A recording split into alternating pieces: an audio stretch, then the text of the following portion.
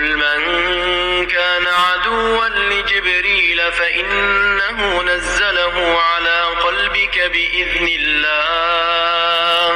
مصدقا لما بين يديه وهدى وبشرى للمؤمنين من كان عدوا لله وملائكته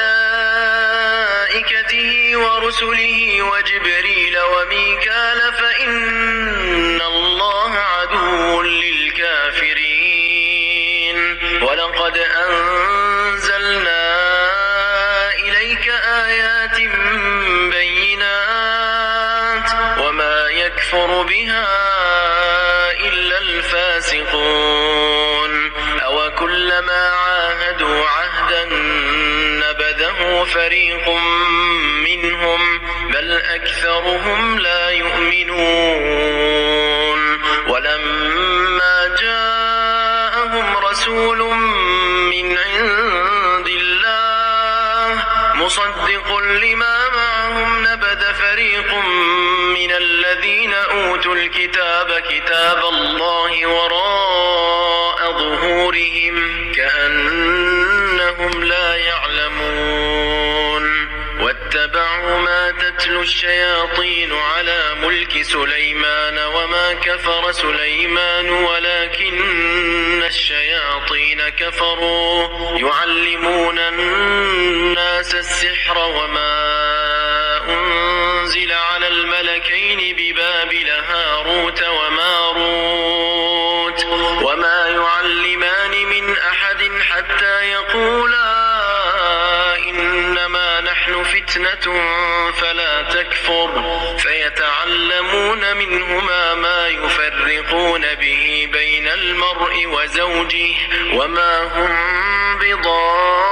بضارين به من أحد إلا بإذن الله ويتعلمون ما يضرهم ولا ينفعهم ولقد علموا لمن اشتراه ما له في الآخرة من خلاق ولبئس ما شروا به أنفسهم لو كانوا يعلمون ولو أنهم آمنوا واتقوا لمثوبة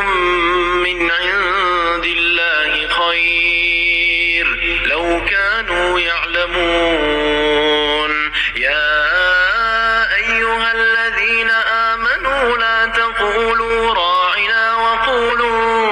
انظرنا واسمعوا وللكافرين عذاب أليم ما يود الذين كفروا من أهل الكتاب ولا المشركين أن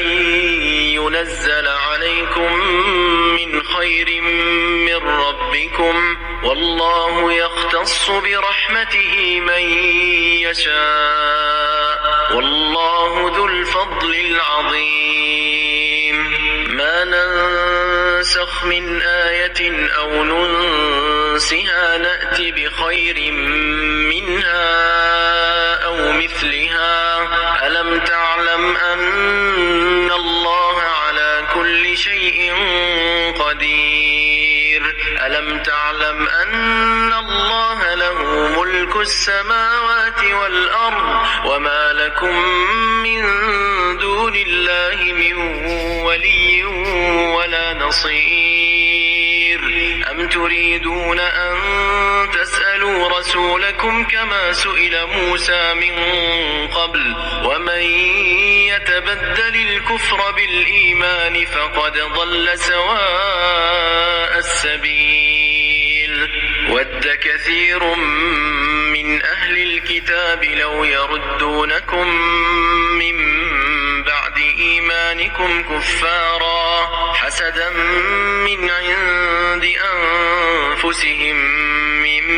بعد ما تبين لهم الحق فاعفوا واصفحوا حتى يأتي الله بأمره إن الله على كل شيء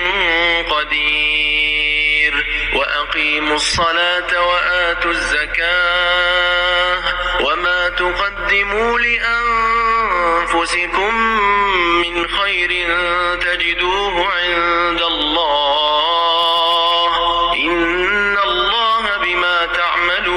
المصير. وقالوا لن